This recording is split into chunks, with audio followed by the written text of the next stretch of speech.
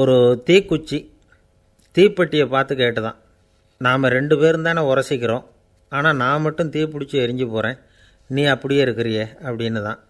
அதுக்கு தீப்பெட்டி சொல்லியிருக்குது, உனக்கு தலையில் கணம் இருக்குது அதனால் அழிஞ்சு போகிற அப்படின்னு தான். எப்படி இருக்கு பாருங்கள் இந்த பதில். தலையில் கணம் உள்ளவங்க யாருமே சரியாக இருக்க முடியாது. எவ்வளவு பெரியவங்களாக இருந்தாலும் சரி, ரொம்ப கஷ்டம்தான் அது. கர்வங்கிறது கூடவே கூடாது. இதை விளக்கிறதுக்கு மகான் ஒருத்தர் ஒரு சம்பவத்தை சொல்கிறார். அர்ஜுனன் தீர்த்த யாத்திரை பண்ணானா. அப்போது தென்னிந்தியாவுக்கு வந்திருக்கிறான். ராமேஸ்வரத்துக்கு போனப்போ அங்கே இலங்கைக்கு கல்லுலாம் அடுக்கி போடப்பட்டிருந்த பாலத்தை பார்த்தானா. ஒரு சின்ன குரங்கு அதுக்கு பக்கத்தில் விளையாடிக்கிட்டு இருந்திருக்கு. அதை பார்த்துட்டு அர்ஜுனன் சிரிச்சிருக்கான். ஏன் சிரிக்கிறேன்னு கேட்டிருக்கு அந்த குரங்கு. ராமன் மிகச்சிறந்த வில் வீரன். அப்படி இருக்கிறப்போ அவன் இலங்கைக்கு அம்புகளாலேயே ஒரு பாலம் கட்டியிருக்கலாம். அதை விட்டுட்டு போயும் உன்ன மாதிரி குரங்குகளை துணையாக வச்சுக்கிட்டு இப்படி ஒரு கருங்கல் பாலத்தை கட்டியிருக்கிறானே அப்படின்னானா. அம்புகளால் பாலம் கட்ட முடியுமா அப்படின்னு கேட்டு தான் குரங்கு. ஏன் முடியாது, என்னால் முடியுமேன்னு இருக்கான் அர்ஜுனன். அம்பால் பாலம் கட்டலாம், இருந்தாலும் என்ன மாதிரி குரங்குகள் ஏறி நடந்தால் அது தாங்குமா?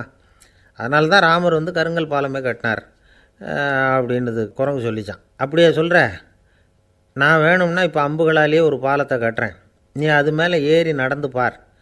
பாலம் விழுந்துட்டுதுன்னா நான் தீ மூட்டி அதில் குதித்து உயிர் தியாகம் பண்ணி விட்றேன் அப்படின்னு நான் ரொம்ப கோபமாக.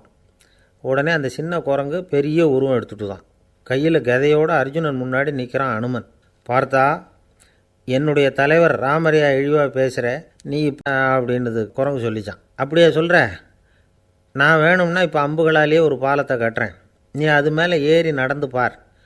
பாலம் விழுந்துட்டுதுன்னா நான் தீ மூட்டி அதில் குதித்து உயிர் தியாகம் பண்ணி விட்றேன் அப்படின்னு நான் ரொம்ப கோபமாக. உடனே அந்த சின்ன குரங்கு பெரிய உருவம் எடுத்துட்டு தான் கையில் கதையோடு அர்ஜுனன் முன்னாடி நிற்கிறான் அனுமன். பார்த்தா, என்னுடைய தலைவர் ராமரையா இழிவாக பேசுகிற நீ இப்போ பாலம் கட்டு, நான் என்னுடைய பலத்தை காட்டுறேன் அப்படின்னு அனுமன். அர்ஜுனன் தன்னுடைய காண்டிபத்தை எடுக்கிறான், சரமாரியாக அம்புகளை விடுறான். அதெல்லாம் ஒன்றோட ஒன்று கோத்துக்கிட்டு அப்படியே பாலம் மாதிரி நிற்கிது. அர்ஜுனன் தலை நிமிர்ந்து நின்னான். அனுமன் உயர கிளம்பி அங்கேருந்து பாலத்தில் பொத்துன்னு இறங்கினான். பாலம் அப்படியே நொறுங்கி போச்சு தூள் தூளாக. என்ன அர்ஜுனா, இப்போ என்ன செய்ய போகிற அப்படின்னா ஏளனமாக. அர்ஜுனன் தலையை தொங்க போட்டுக்கிட்டான். சொன்னபடி தீ மூட்டி அதில் குதிக்கிறதுக்காக 3 தடவை சுற்றி வந்தான். அப்போது கிருஷ்ணர் அங்கே வந்தார். என்ன அர்ஜுனா, என்ன நடக்குது, என்ன இது அப்படின்னு ஒன்றும் தெரியாத மாதிரி கேட்டார். அர்ஜுனன் வாயை திறக்கிறதுக்கு முன்னாடி அனுமன் வாயை திறந்தான், நடந்ததை சொன்னான். அர்ஜுனன் சவால் விட்டபடி உயிர் திறந்தே ஆகணும்னு அனுமன். கிருஷ்ணர் யோசனை பண்ணார். நல்லது, இந்த சவால் விட்டதுக்கும் நடந்ததுக்கும் யார் சாட்சி? பெரியவர் ஒருத்தரை சாட்சியாக வச்சுக்கிட்டல்லவா நீங்கள் இந்த போட்டியை நடத்தியிருக்கணும் அப்படின்னார்.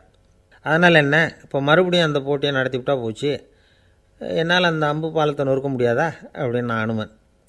சரி, இப்போ மறுபடியும் அது நடக்கட்டும்னார் கிருஷ்ணர். அர்ஜுனன் அம்பு பாலம் அமைச்சான். அனுமன் ஏறி குதிச்சான். பாலம் அசைஞ்சு கொடுக்கவே இல்லை, அவ்வளோ உறுதியாக இருக்குது. இப்போ அனுமன் தலையை குனிஞ்சிக்கிட்டான். அர்ஜுனன் நன்றியோடு நிமிர்ந்து பார்த்தான்.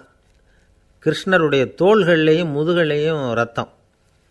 என்ன சுவாமி, என்ன நடந்ததுன்னு நான் பதறி போய், உன் அம்பு பாலத்தை நான் தான் மூட்டு கொடுத்து தாங்கிக்கிட்டு இருந்தேன்.